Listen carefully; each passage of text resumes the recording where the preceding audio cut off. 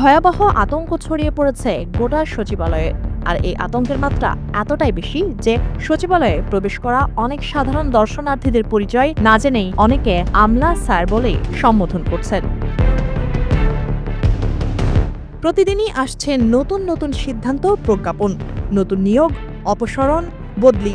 গোটা সচিবালয়ে এক ধরনের গুমট আতঙ্ক বিরাজ করছে বলে মন্তব্য করেন একাধিক সাধারণ কর্মচারী। সবার নজর এখন প্রধানমন্ত্রী আর মন্ত্রিপরিষদের সদস্যদের প্রতি। আওয়ামী লীগের দীর্ঘ শাসন আমলে তাদের পছন্দের লোক দিয়েই চালানো হয়েছে সচিবালয়। কেউ কেউ বলেন সচিবালয়ের দারোয়ান থেকে শুরু করে সর্বোচ্চ পদ সবখানে রয়েছে ফ্যাসিস্ট সরকারের লোকজন। অন্তর্বর্তী সরকার কিছু পরিবর্তন করলেও আওয়ামী লীগের দীর্ঘ চেইনে এখনো বড় ধরনের ভাঙন ধরাতে পারেনি। তাছাড়া অন্তর্বর্তী সরকার যেসব পরিবর্তন এনেছিল সেখানেও রাজনৈতিক প্রভাব আর ব্যক্তিগত পছন্দ বেশি গুরুত্ব পেয়েছে বলে অভিযোগ রয়েছে। নতুন নির্বাচিত সরকারের জন্য এখন বড় চ্যালেঞ্জ এই আওয়ামী চেইনকে ভেঙে ফেলা এবং অন্তর্বর্তী সরকারের সময় ব্যক্তিগত পছন্দের কারণে যেসব অযোগ্যকে বড় চেয়ারে বসানো হয়েছিল সেখানে পরিবর্তন আনা।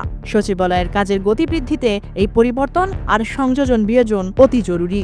ক্ষমতা গ্রহণের পর থেকে নিয়মিত সচিবালয়ে অফিস করছেন নতুন সরকারের মন্ত্রিপরিষদের সদস্যরা। শুরু থেকেই তদবির আর শুভেচ্ছা বার্তার ধকল সামলাতে রীতিমতো হিমশিম খাচ্ছেন মন্ত্রিপরিষদের সদস্যরা। সচিবালয়ের বিভিন্ন বড় বড় পদে যেসব আমলারা আওয়ামী লীগ আমলে কাজ করেছেন কিংবা অন্তর্বর্তী সরকারের আমলে গুরুত্বপূর্ণ দায়িত্ব পালন করেছেন তারা রয়েছেন সবচেয়ে বেশি আতঙ্কে। চাকুরি থেকে অব্যাহতি আর বদলির টেনশন একটু খেয়াল করলেই ফুটে উঠেছে তাদের চোখে মুখে। এদিকে দল বদলেরও এক ধরনের হিড়িক দেখা গেছে আমলা থেকে শুরু করে উচ্চ পদস্থ কর্মকর্তাদের মাঝে। দীর্ঘদিন আওয়ামী লীগের তাবেদারি করলেও এখন নিজেকে যেভাবেই হোক বিএনপির ঘরানায় প্রতিষ্ঠা করতে মরিয়া বেশিরভাগ উচ্চ পদস্থরা।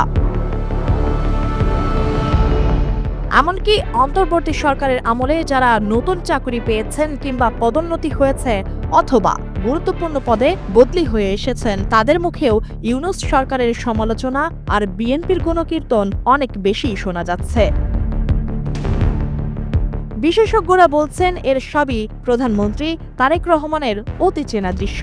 আগেও তিনি এমন দৃশ্য দেখেছেন। দীর্ঘদিন বিলেতে থেকে এমন দৃশ্যের চিত্রনাট্য তিনি একাধিকবার লিখেছেন, কাটাকুটি করেছেন। সুতরাং সচিবালয়ের এই আতঙ্ক প্রধানমন্ত্রীর কাছে অতি প্রত্যাশিত দৃশ্য। তবে গণহারে আমলা পরিবর্তনের কোনো ইচ্ছে প্রধানমন্ত্রীর নেই বলে জানা গেছে বিভিন্ন সূত্র থেকে। তারেক রহমান প্রধানমন্ত্রীর দায়িত্ব নেওয়ার পর যেভাবে প্রচলিত ধারাকে নিয়মিত চ্যালেঞ্জ ছুড়ে দিচ্ছেন তাতে অনেক আমলাই এমনিতেই বিপাকে পড়েছেন। প্রধানমন্ত্রীর গতির সঙ্গে যারা তাল মেলাতে পারবেন তারা হয়তো টিকে যাবেন, আর যারা পারবেন না তারা নিজেরাই জানেন বদলে যাওয়া বাংলাদেশের যেই স্বপ্ন রচিত হয়েছে সেখানে তারা বড়ই বেমানান।